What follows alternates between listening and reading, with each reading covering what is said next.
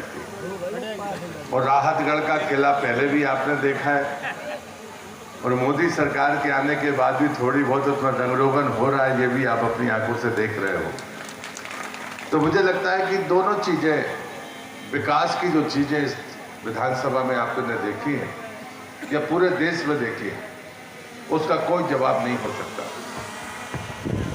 लेकिन ये सच है कि वोट डालने के पहले हम सबको गंभीरता से विचार करना चाहिए। कई बार बड़ी व्यक्तिगत बातें आती हैं, कई जातिगत बातें आती हैं।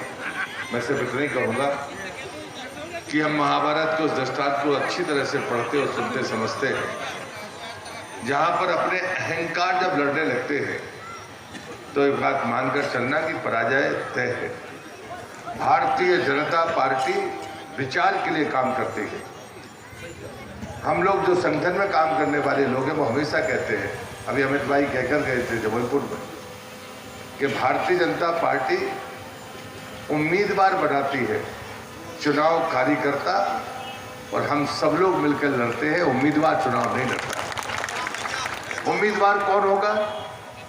तो उम्मीदवार हमारा कमल है। हमारे पास में उपलब्धियां क्या है?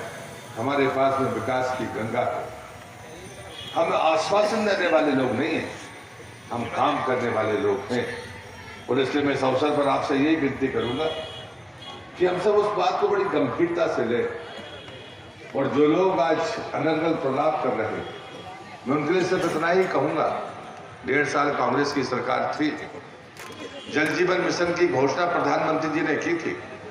उस समय मध्य प्रदेश में कुल 15% ग्रामीण परिवारों के पास पाइपलाइन से पीने के लिए पानी था।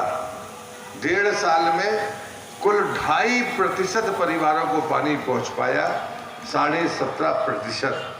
और जैसे ही शिवराज जी की सरकार आई, ये बदलाव हुआ, आज वो आंकड़ा 60% से ऊपर है। अब आप पूछिए जरा इनसे, कमलनाथ से और दिग्विजय सिंह से, कि आपकी सरकार थी, आपने पानी क्यों नहीं पहुंचाया? आपने इसलिए नहीं पहुंचाया कि मोदी का नाम होगा।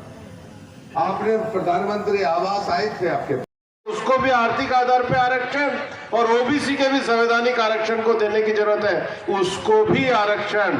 ये है प्रधानमंत्री नरेंद्र मोदी जी का शासनकाल। इसमें किसी को छोड़ने की बात नहीं है, इसमें किसी का अपमान की बात नहीं है, इसमें गरीब के विकास की बात को सरकार का मूल मंत्र माना गया। और इसलिए गरीब के विकास के लिए प्रधानमंत्री जी की दूरदर्शिता है कि उन्होंने सबसे पहले, जब वो शासन में आए तो प्रधानमंत्री जी ने सबसे पहले काम किया, गरीब के खाते खोलने का काम किया।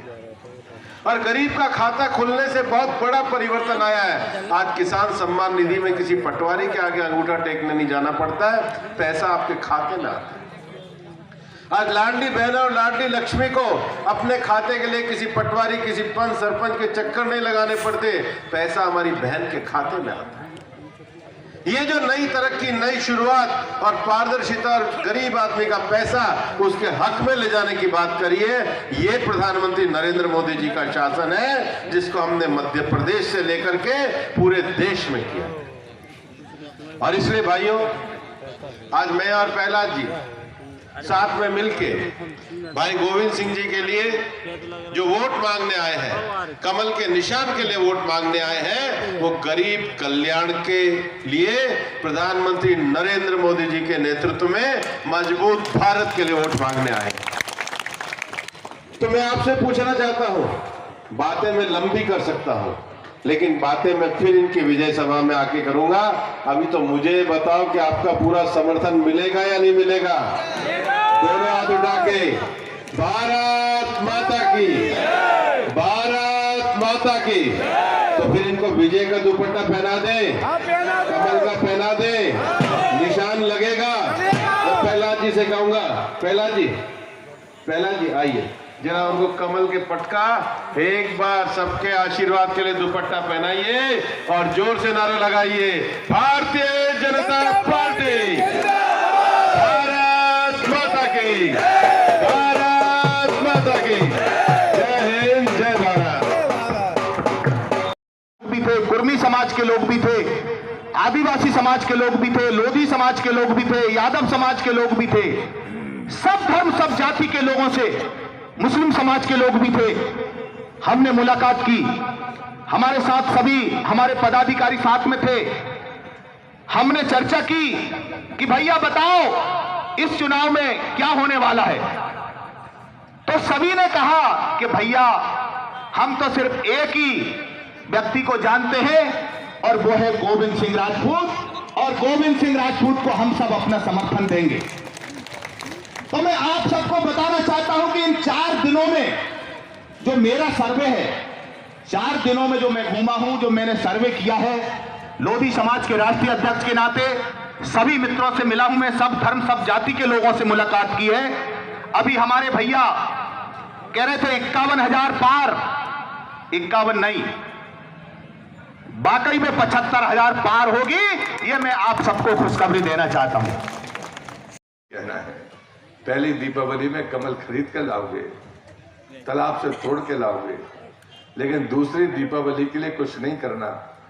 वृद्ध हो या जवान, माताएं बहनें हो या हमारे दादा दादी, उनको सिर्फ जाना है मतदान केंद्र पर और कमल की बटन पर दबाना है, कमल लेके नहीं जाना है, कमल की बटन दबाना है। दूसरी दीपावली हो जाएगी। तीसरी दीपावली तो कांग्रेस के मुंह पर तमाचा है। राहुल गांधी ने पूछा था, भाजपा वाले मंदिर बनाएंगे लेकिन तारीख नहीं बताएंगे। राहुल बाबा 22 तारीख है, हिंदुस्तान का हिंदू हो या दुनिया का हिंदू, वो गर्व करेगा। और 22 तारीख के बाद 450 साल की गुलामी और संघर्ष के बाद हम भाग्यशाली लोग वहां जाके दर्शन भी करेंगे और पूजन भी करेंगे। मैंने गोविंद सिंह जी का चित्र देखा है, जब वो चांदी की ईंट सिर पर रखकर सपत्नी सपरिवार अपने मित्रों के साथ अयोध्या की धरती पर वहां जा रहे थे। हम वो भाग्यशाली लोग हैं। बेहतर जिंदगी जिएंगे कि नहीं, ये गारंटी देना जरूरी है। और ये चुनाव इसलिए महत्वपूर्ण है, हम 3 दीपावली मनाएंगे, हम भाग्यशाली हैं। एक तो 12 तारीख को होगी, तो दीपक जले गई, कमल का फूल चढ़ेगा, चाहे खरीद कर लाओ, चाहे तलाशे और तलैया से तोड़ के लाओ। दूसरी दीपावली होगी जब गोविंद सिंह जी फिर से विधायक बनकर जाएंगे और उसके बाद मध्य प्रदेश में भाजपा की सरकार बनेगी। और तीसरी दीपावली होगी 22 जनवरी को, जब प्रधानमंत्री अयोध्या में रामलला की प्राण प्रतिष्ठा करेंगे।